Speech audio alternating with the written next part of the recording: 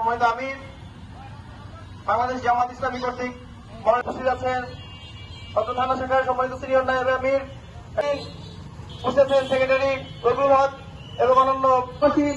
এখানে প্রচুর পরিমাণে স্থানীয় যানবাহন চলাচল করে, বিশাল জ্যাম তৈরি হয়, যেটা আমাদের কর্মসময়ে এই কর্মসময় দিয়ে একটি ফ্লাইওভার ব্রিজ পুরো সেতু নির্মাণ করা এবং এলাকার মানুষের জন্য সীমাহীন দুর্ভোগ 80 গাড়ি প্লাস করে, যার জন্য রেলগাড়ি আমাদের বায়ান করেনি। আমি বিশ্বাস করি যদি তাদের সদিচ্ছা এবং জনপূর্ণদের অন্যতম কারণ রেল কর্তৃপক্ষ, এটা জনগণের ভোগান্তি। আমাদের সাদিক ভাই বলেছে এখান থেকে জেলা প্রশাসক এবং সিটি কর্পোরেশনের প্রশাসকের মাধ্যমে বাংলাদেশ সরকারের কাছে আমাদের দাবিগুলো হল শিববাড়ি মোড় থেকে জোরপুকুর হয়ে হাইরাল পর্যন্ত ফ্লাইওভার নির্মাণে দ্রুত কার্যকর পদক্ষেপ গ্রহণ করুন।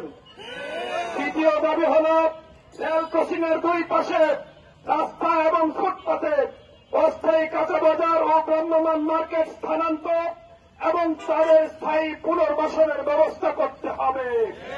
তাদেরকে নিয়ে শুধু চোর পুলিশ খেলবেন না, তাদেরকে ব্যবস্থা করতে হবে। 3 নম্বর বিষয় হল শিববাড়ি মোড়ে দুর্ঘটনা রোধকল্পে ট্রাফিক সিগন্যাল স্থাপন এবং সার্বক্ষণিক ট্রাফিক পুলিশ নিশ্চিত করতে হবে।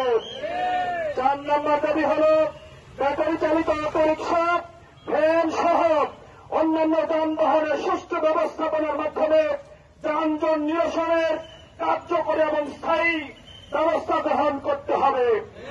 5 নম্বর দাবি এবং সর্বশেষ দাবি হল শিববাড়ি মোড় থেকে হারিনাল হয়ে হানকাটা 20। আপনাদের দাবিটা নিয়ে আমরা রাজপথে নেমে মানন ভাই আপনাদের পক্ষ থেকে